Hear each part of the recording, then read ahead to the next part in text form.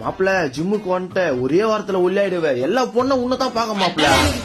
என்ன கலாச்சுவ மூஞ்சில கரிய பூச போறேன். நீ கரிய பூசுற கருப்பு பெயிண்ட் அடிக்கலாம். அதெல்லாம் ரேட் அதிகமா நான் கரிய பூசிடுறேன். யூனியத்துக்கு இந்த மோசி பாத்துங்கிறாரியா மாஸ்டர்.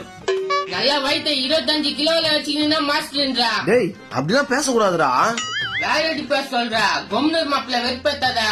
எப்பா உனக்கு என்ன இப்ப உடம்பு தானே கம்மி பண்ணா? வா உனக்கு நான் சொல்லி தரேன். வேற யாருனாலும் போய் வேற யாருனாவா? அடா வாயா. ஐயோ இருந்தாலும் பார்த்தா மாஸ்டர் மாதிரி தெரியலையா? வாயில என்ன முறுக்கின்னுக்குதா?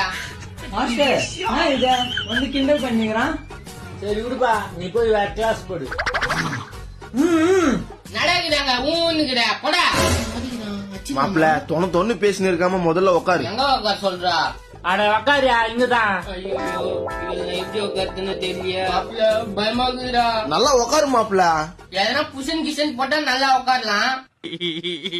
டேய் உடம்பு குறைக்கிறதுக்கு வந்திருக்கோம்டா மாஸ்டர். நீங்க பண்ண வேண்டியதை பண்ணுங்க. ஏதாப்பா நான் சொல்றது கேட்டா வேற லெவல் ஆயிடுவாரு. நாடா இந்த ஆள் நான் சக்கரை எடுத்துன்னு போறேன். மாப்பிள்ள கம்முன்னு அவருக்கு தெரியும். கோத்துட்டு வேடிக்கை பாரு. தூக்கு தூக்கா மேடம் மாப்பிள்ள இருந்தாலும் தூக்குன்றான். டேய் தூக்குடா.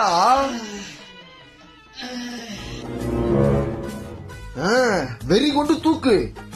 அட போடா செத்து போனா என் கண்ணு முன்னால வந்து போதுடா. இப்படிதான் இருக்கும் போடுறா. உன் ஒயிட் கம்மி பண்ணுமா வேணாவா? கம்மியா பண்ணானா ஒன்னும் பண்ண வேணாம் போடா. இப்ப நான் ஸ்லிம்மா தாங்குறான். ஏப்பா இப்படி பேசுறான்? டேய் மாப்பிள்ள இப்படி பண்ணா எப்படியா? நீ எப்படி லவ் பண்ணி கல்யாணம் பண்றது?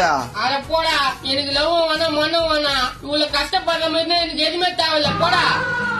டேய் அதுமாரி இது நானே பண்ணுது பேர் அப்படியே எட்டிக்கிற மாதிரி விட்டா. இவன் பயங்கரமான ஆளா இருப்பான். டேய் மாப்பிள்ள நில்றா. அட போடா.